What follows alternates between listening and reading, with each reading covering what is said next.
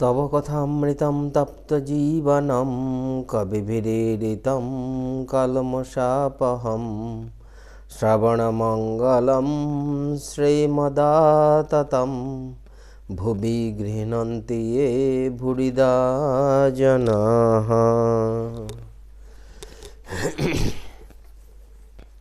তোমার কথামৃত তাপদগ্ধ জনগণের জীবনস্বরূপ মুনিগণ কর্তৃক কীর্তিত পাপ সমূহের বিনাশক, শ্রবণ মাত্রই মঙ্গলপ্রদ ও সকল সম্পদের আকর।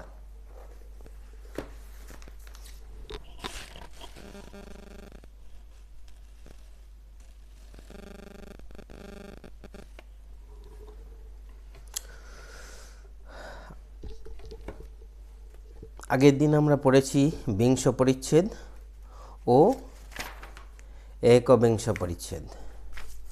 বিংশ পরিচ্ছেদে ঠাকুর সে পূর্ব পরিচিত খাটটিতে বসে আছেন, আর ঘরের মেঝেতে মাস্টার রামলাল রতন বসিয়া আছেন। রতন যদু মল্লিকের বাগানের তত্ত্বাবধান করেন, ঠাকুরকে ভক্তি করেন, মাঝে মাঝে আসেন দর্শন করতে। রতন বলছে, যদু মল্লিকের কলিকাতার বাড়িতে নীলকণ্ঠের গান হবে, ঠাকুরকে নেমন্তন্ন করতে এসেছে। বলছে আপনার যেতে হবে, তারা বলে পাঠিয়েছে অমুক দিন যাত্রা হবে। শ্রীরামকৃষ্ণ বলছেন তা বেশ, নীলকণ্ঠকে ঠাকুর খুব ভালোবাসেন। বলছেন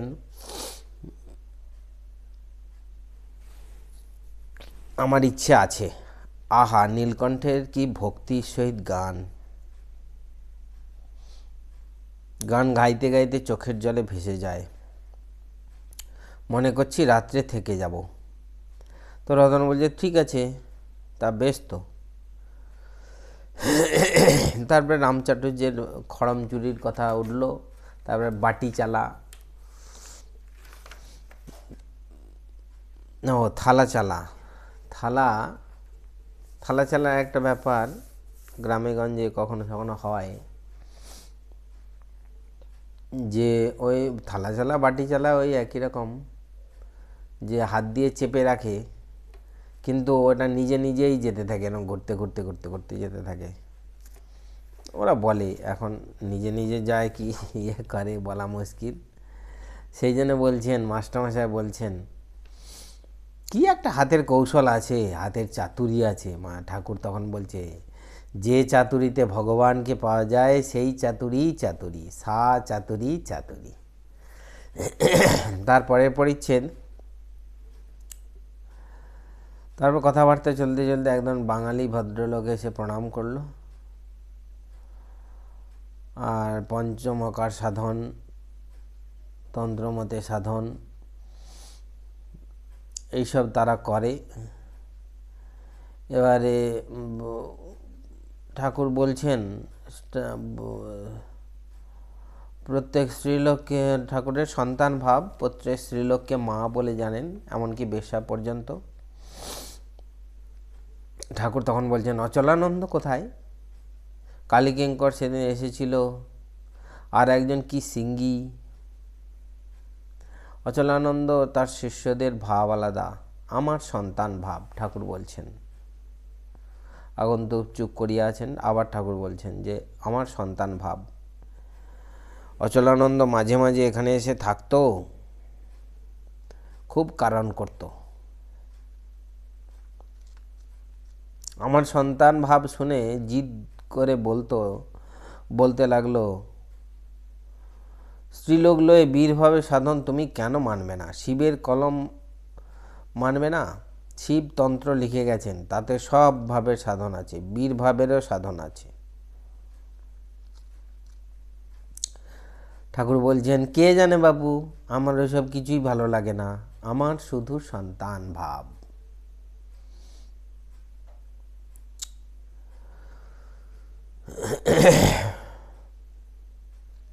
ঠাকুর বলে যাচ্ছেন অচলানন্দ ছেলেপিলের খবর নিত না, আমায় বলতো ছেলে ঈশ্বর দেখবেন, এসব ইচ্ছার ইচ্ছা। আমি শুনে চুপ করে থাকতাম। বলি ছেলেদের দেখে কে? ছেলেপুলে পরিবার ত্যাগ করেছি বলে টাকা রোজগারের একটা ছুতো না করা হয়, লোক ভাববে ইনি খুব ত্যাগ করেছেন। তো সব কিছু ত্যাগ করে লোকে যদি বলে সব কিছু ত্যাগ করেছি, একদম ছেলে পুলে স্ত্রী সব ত্যাগ করেছি, তখন খুব ত্যাগী বলবে, সেই জন্য লোকে টাকা দেবে।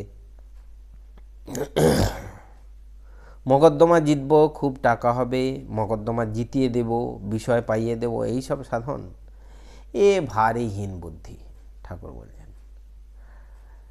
ঠাকুর টাকায় কি হয় বলছেন টাকায় খাওয়া দাওয়া হয়, একটা থাকবার জায়গা হয়, ঠাকুরের সেবা হয়, সাধুভক্তের সেবা হয়, সম্মুখে কেউ গরিব পড়লে তার উপকার হয়, এই সব টাকার সদ্ব্যবহার। ঐশ্বর্য ভোগের জন্য টাকা নয়, দেহের সুখের জন্য টাকা নয়, লোকমান্যের জন্য টাকা নয়।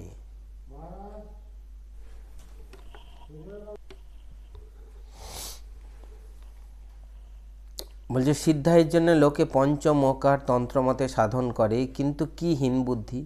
কৃষ্ণ অর্জুনকে বলেছিলেন, ভাই অষ্টসিদ্ধির মধ্যে একটি সিদ্ধি থাকলে তোমার শক্তি বাড়তে পারে, কিন্তু আমায় পাবে না। সিদ্ধাই থাকলে মায়া যায় না, মায়া থেকে আবার অহংকার। কি হীন বুদ্ধি। ঘৃণার স্থান থেকে 3 টোসা কারণ বাড়ি খেয়ে লাভ কি হলো? না মোকদ্দমা জেতা।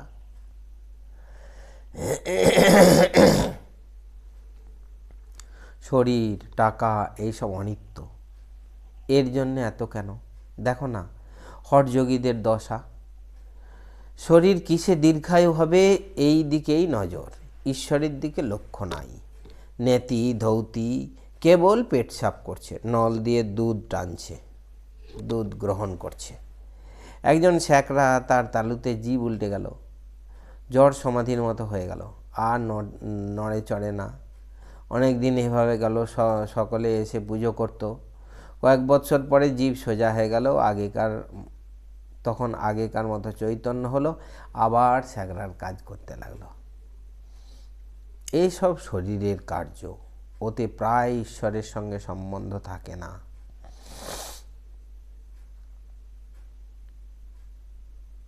এবার বলছেন শালগ্রামের ভাই 82 রকম আসন জানত, আর নিজে যোগ সমাধির কথা বলতো, কিন্তু ভিতরে ভিতরে কামিনী কাঞ্চনে মন। দেওয়ান মদন ভট্টের কত হাজার টাকার একখানা নোট পড়েছিল, টাকার লোভে সে টাপ করে খেয়ে ফেলেছে, গিলে ফেলেছে। পরে কোনো রূপে বার করবে, কিন্তু নোট আদায় হলো। শেষে 3 বৎসর মেয়াদ। আমি সরল বুদ্ধিতে ভাবতুম বুঝি বেশি এগিয়ে পড়েছে, মাইরি বলছি।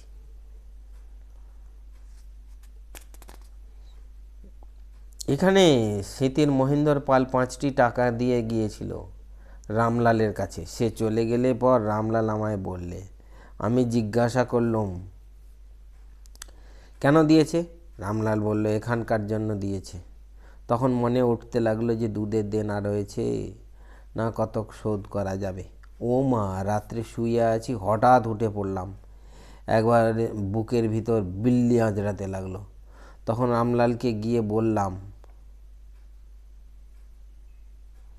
কাকে দিয়েছে? তোর খুড়িকে দিয়েছে? রামলাল বলল, না, আপনার জন্য দিয়েছে। তখন বললাম, না, এখনই টাকা ফিরিয়ে দিয়ে আয়, তা না হলে শান্তি হবে না। রামলাল ভোরে উঠে টাকা ফিরিয়ে দিয়ে আসে, তবে হয়। ও দেশে ভোগী তেলি কর্তাভজার দলের ওই মেয়ে মানুষ নিয়ে সাধন।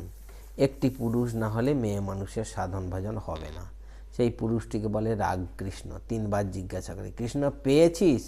সে মেয়ে মানুষটা 3 বার বলে, পেয়েছি।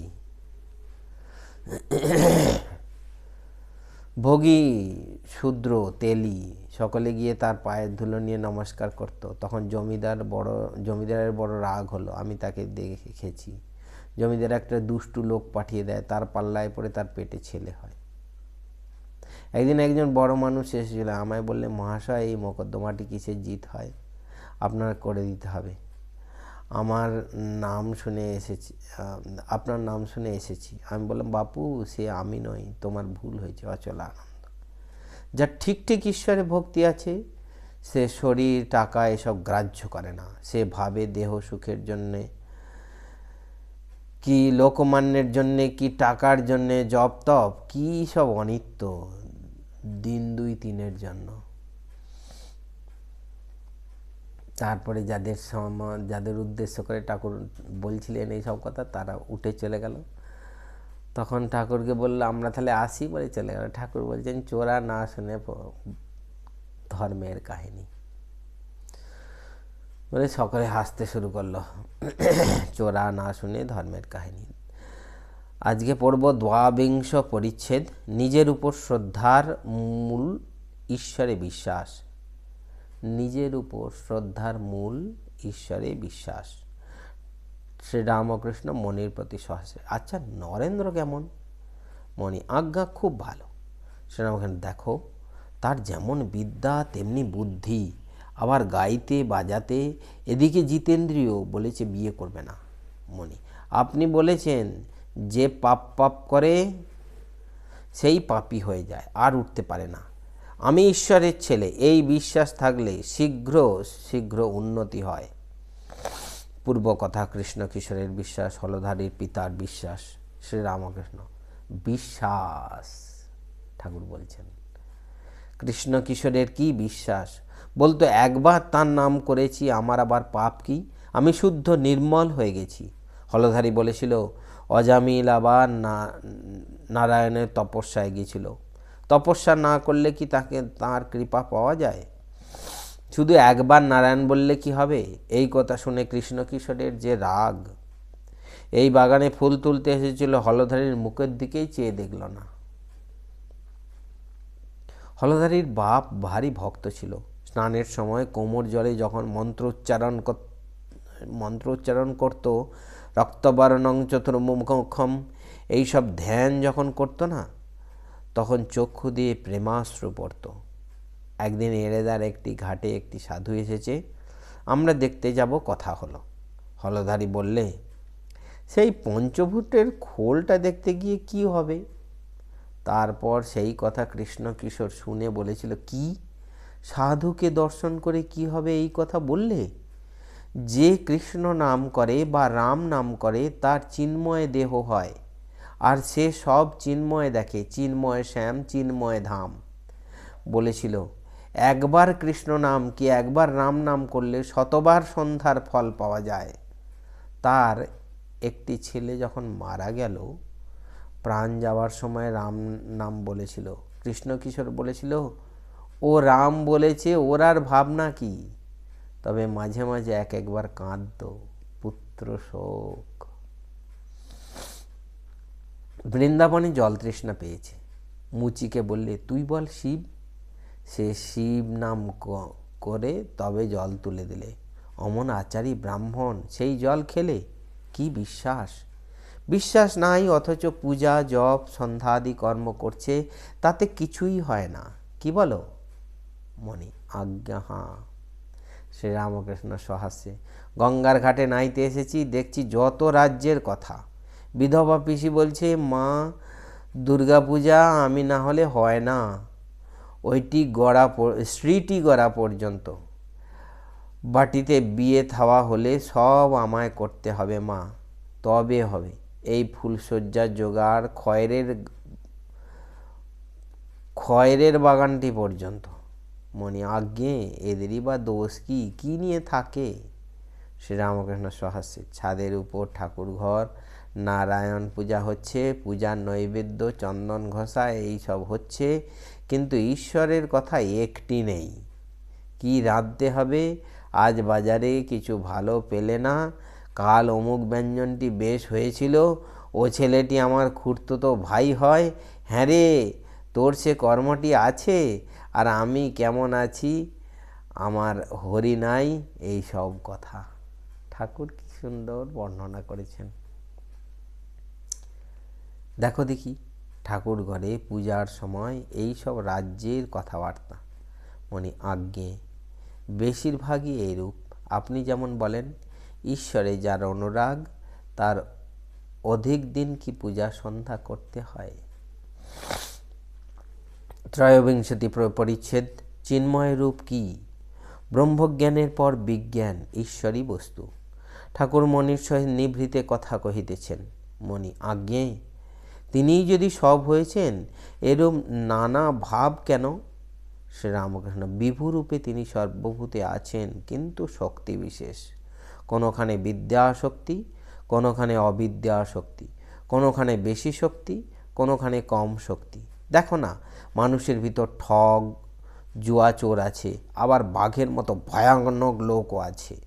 আমি বলি ঠগ নারায়ণ, বাঘ নারায়ণ। মনীষাস, আজ্ঞা, তাদের দূর থেকে নমস্কার করতে হয়। বাঘ নারায়ণকে কাছে গিয়ে আলিঙ্গন করলে খেয়ে ফেলবে। শ্রীরামকৃষ্ণ, তিনি আর তাঁর শক্তি, ব্রহ্ম আর শক্তি। ব্রহ্ম আর শক্তি বই কিছু নাই। নারদ রামচন্দ্রকে স্তব করতে করতে বললে, হে রাম, তুমি শিব, সীতা ভগবতী। তুমি ব্রহ্মা, সীতা ব্রহ্মাণী। তুমি ইন্দ্র, সীতা ইন্দ্রাণী। তুমি নারায়ণ, সীতা লক্ষ্মী। পুরুষবাচক যা কিছু আছে সব তুমি, স্ত্রীবাচক সব সীতা। মণি, আর চিন্ময় রূপ? শ্রীরামকৃষ্ণ একটু চিন্তা করিয়া আস্তে আস্তে বলিতেছেন, কীরকম জানো? যেমন জলের, এসব সাধন করলে জানা না যায়। এই রূপে বিশ্বাস, তুমি রূপে বিশ্বাস করো। আবার ঠাকুর মাস্টারমশাইকে বলছেন, তুমি রূপে বিশ্বাস করো। এই কিছুদিন আগেই বলেছেন তুমি রূপে বিশ্বাস করো, আবার বলছেন তুমি রূপে বিশ্বাস করো। ব্রহ্মজ্ঞান হলে তবে অভেদ। ব্রহ্ম আর শক্তি অভেদ। যেমন অগ্নি আর তার দাহিকা শক্তি। অগ্নি ভাবলেই দাহিকা শক্তি ভাবতে হয়, আর দাহিকা শক্তি ভাবলেই অগ্নি ভাবতে হয়। দুধ আর দুধের ধবলত্ব, দুধ আর তার হিম শক্তি, এই জল আর তার হিম শক্তি। জল থাকলে তবে তার হিম শক্তি থাকবে। দুধ আর দুধের ধবলত্ব, দুধ থাকলে তবে তার ধবলত্ব। দুটোই অঙ্গাঙ্গিভাবে জড়িত, যেমন অগ্নি আর তার দাহিকা শক্তি। যাই হোক, কিন্তু ব্রহ্মজ্ঞানের পরেও আছে, জ্ঞানের পর বিজ্ঞান। যার জ্ঞান আছে, বোধ হয়েছে, তার অজ্ঞানও আছে। বশিষ্ঠ শতপুত্র শোকে কাতর হলেন। লক্ষ্মণ জিজ্ঞাসা করাতে রাম বললেন, ভাই, জ্ঞান অজ্ঞানের পার হও। যার আছে জ্ঞান, তার আছে অজ্ঞান। পায়ে যদি কাঁটা ফোটে, আরেকটি আহরণ করে সেই কাঁটাটি তুলে দিতে হয়, তারপর দ্বিতীয় কাঁটাটিও ফেলে দেয়। মণি, অজ্ঞান জ্ঞান দুই ফেলে দিতে হয়? মণি জিজ্ঞাসা করছে, অজ্ঞান জ্ঞান দুই ফেলে দিতে হয়? শ্রীরামকৃষ্ণ, হ্যাঁ, তাই বিজ্ঞানের প্রয়োজন। দেখো না, যার আলো জ্ঞান আছে, তার অন্ধকার জ্ঞানও আছে। যার সুখবোধ আছে, তার দুঃখবোধও আছে। যার পুণ্যবোধ আছে, তার পাপবোধও আছে। যার ভালো বোধ আছে, তার মন্দবোধও আছে। যার শুচিবোধ আছে, তার অশুচিবোধও আছে। যার আমি বোধ আছে, তার তুমি বোধও আছে। বিজ্ঞান কিনা বিশেষ রূপে জানা। কাষ্ঠে আছে অগ্নি, এই বোধ, এই বিশ্বাসের নাম জ্ঞান। সেই আগুনে ভাত রাঁধা খাওয়া খেয়ে হৃষ্টপুষ্ট হওয়ার নাম বিজ্ঞান। ঈশ্বর আছেন এটি বোধে বোধ, তার নাম জ্ঞান। তাঁর সঙ্গে আলাপ, তাঁকে নিয়ে আনন্দ করা, বাৎসল্যভাবে, সখ্যভাবে, দাস্যভাবে, মধুরভাবে, এরই নাম বিজ্ঞান। জীব জগৎ তিনি হয়েছেন, এটি দর্শন করার নাম বিজ্ঞান। একমতে দর্শন হয় না। কে কাকে দর্শন করে? আপনি আপনাকে দেখে।